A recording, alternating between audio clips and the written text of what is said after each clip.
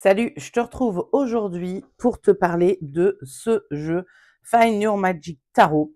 Et bon, autant te le dire tout de suite, avec ce jeu, on est sur un fail. En tout cas, me concernant.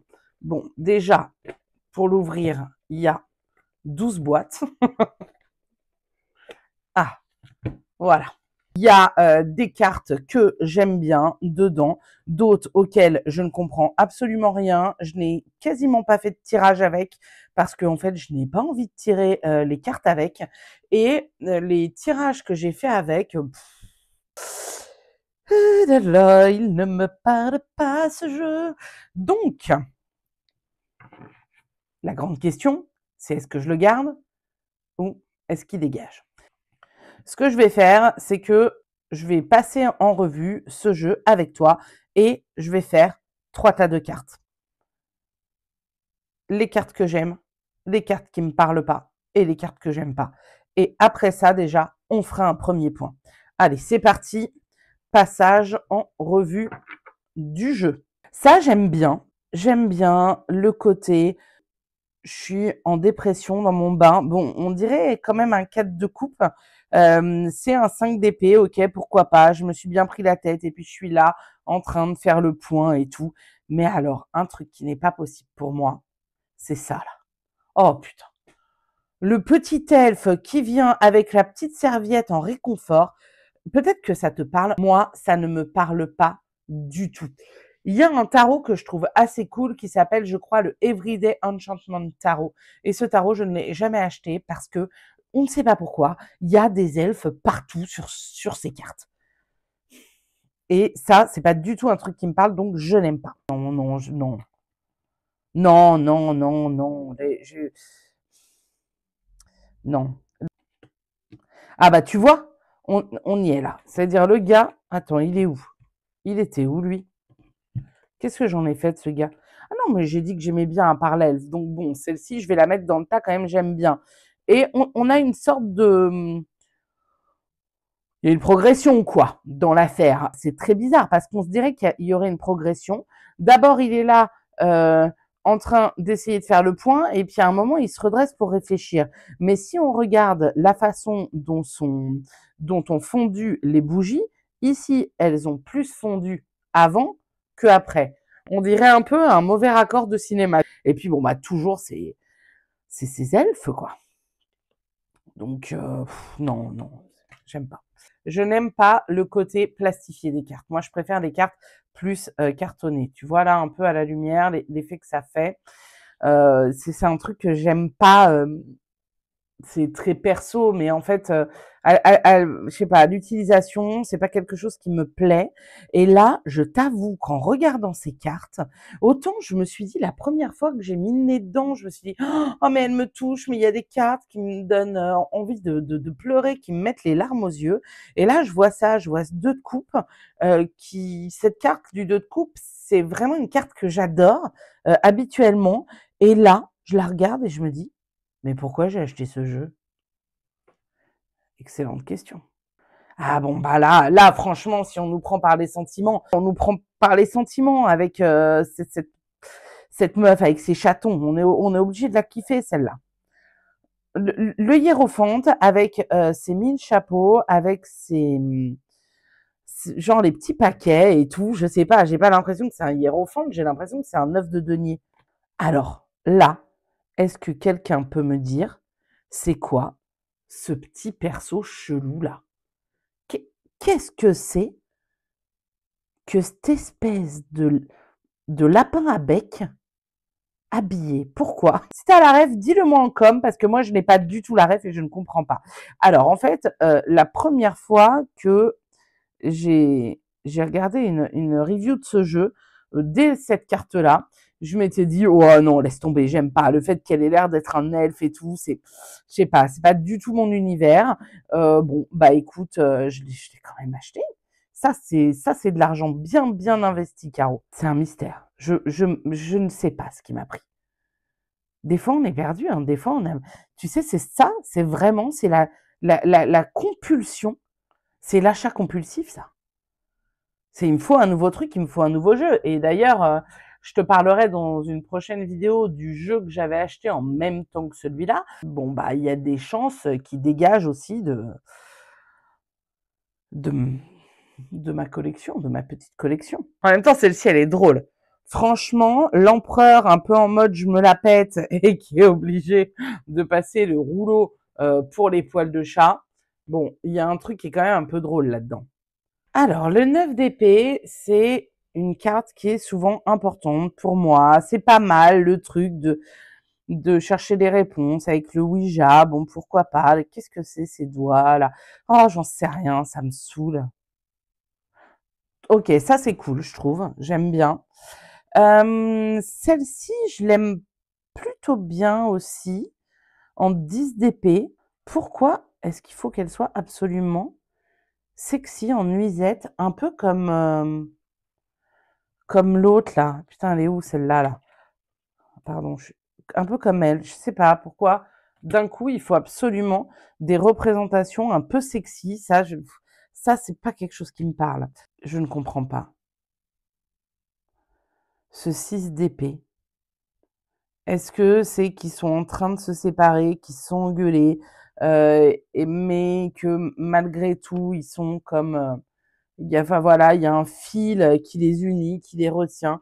Je n'en sais rien. Est-ce que j'ai envie de savoir? Je ne pense pas. Ça, pourquoi quelqu'un lui, on croirait qu'il prépare un mauvais coup là. Qu'est-ce que c'est cette histoire avec ce page d'épée où lui, il est là avec son téléphone et avec son espèce de truc très à l'ancienne, là, sa petite déco d'épée. Et là, on croirait quelqu'un qui lui murmure des trucs à l'oreille pour aller faire des bêtises. Ça me parle pas du tout. Sincèrement, est-ce que la reine de bâton, dans les représentations qu'on aime bien, n'a pas autre chose à faire que de prendre des photos de son chat sur Insta? Là, je suis en train de me demander pourquoi cette personne est à l'hôpital et je me dis, il aurait peut-être été judicieux de lire le livret, Caro, pour peut-être essayer de comprendre ce qui se trame. Donc, le livret, étoile. Essayons d'aller voir ce qui se trame avec cette histoire de l'étoile, là. Pourquoi il est à l'hôpital, lui? Bon, ça représente l'espoir, ok. Les gens qui se relient à cette carte se projettent dans un monde d'espoir réalisable et de rêve. Alors, c'est peut-être son cas à lui, là, qui rêve de sortir de l'hôpital. C'est ça son espoir. Bon. Elle explique, en fait, elle, ce qu'elle voit dans la carte, mais on ne sait pas pourquoi ils ont représenté ça avec une personne à l'hôpital. Ça, on ne sait pas. Bon, allez, ça, c'est sympathique. Il y a un petit côté Harry Potter. On aime bien.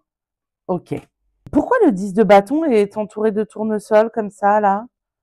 Qu'est-ce qu'elle a? Allez, bon, vas-y, on va remplir un peu le tas, là, J'aime bien l'illustration, quoi. Je ne comprends pas pourquoi l'impératrice. Parce qu'elles ont gagné un prix avec leur citrouille? C'est ça? C'est elle l'impératrice, la big boss, parce qu'elle a gagné le prix de la plus belle citrouille? Et elles sont là avec leurs courges, là, et elles sont un peu deg parce qu'elles n'ont pas gagné? Ouais, 5 de coupe.